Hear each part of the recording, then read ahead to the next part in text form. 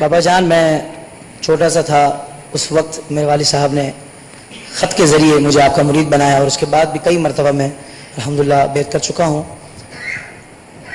پہلی مرتبہ اس سال محرم میں الحمدللہ مدنی قافلے میں سفر کی سعادت حاصل ہوئی الحمدللہ. بہت مدنی ذہن بنا تو اس کے بعد صحیح کچھ سمجھ میں آیا کہ کیا مقصد ہمارا ہے اور ہم کیا کر رہے ہیں اور کیا کرنا چاہیے.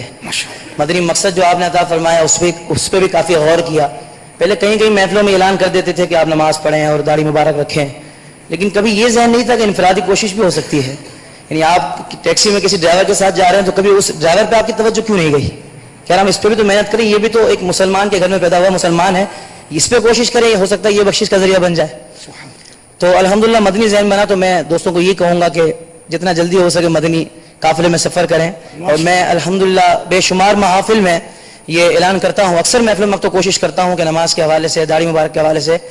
لیکن ایک اور بات اس کے ساتھ یہ کرنا چاہتا ہوں کہ اس وقت اب جو مروجہ نعت خوانی ہے جس میں دف کے ساتھ بھی بہت پڑھا جاتا ہے اور ذکر کے ساتھ بھی بہت پڑھا جاتا ہے, تو اب تو اتنا زیادہ بگاڑ پیدا ہو گیا کہ واقعی آپ نے جو شروع میں بات کہی کہ عشق و محبت اور آنکھوں سے آنسو, یہ تو نظر ہی نہیں آتے.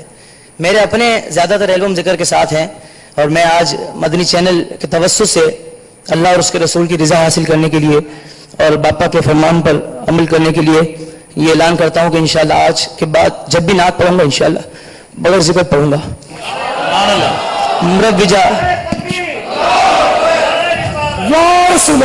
مروجہ ذکر کے ساتھ میں انشاءاللہ آج کے بعد کبھی بھی نہیں پڑھوں گا. اور میں اپنے سابقہ جتنے بھی ہیں اس سے توبہ کرتا ہوں. باپا آپ ضرور یہ بتائیے گا کہ اب اصلاح کس طرح ہو سکتی ہے.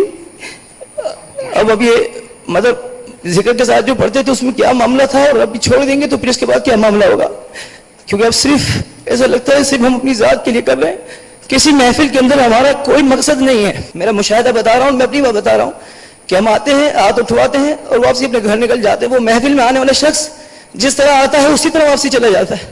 اس کا دامن اگر پہلے خالی تھا تو وہ بظاہر لگتا ہے کہ وہ خالی گیا ہے. بے شک کسی کی نظر ہو جائے اور کوئی ولی کامل بیٹھا ہو, سب کی بخشش ہو جائے, اس کے علاوہ بات کر رہا ہوں. سبحان اللہ. تو اس کے بعد اب میرا ذہن یہی بنا ہے کہ اگر اللہ اس کے رسول کی رضا کی خاطر نعت خوانی کر سکا تو کروں گا, ورنہ مروجہ نعت خوانی میں نہیں کر پاؤں گا.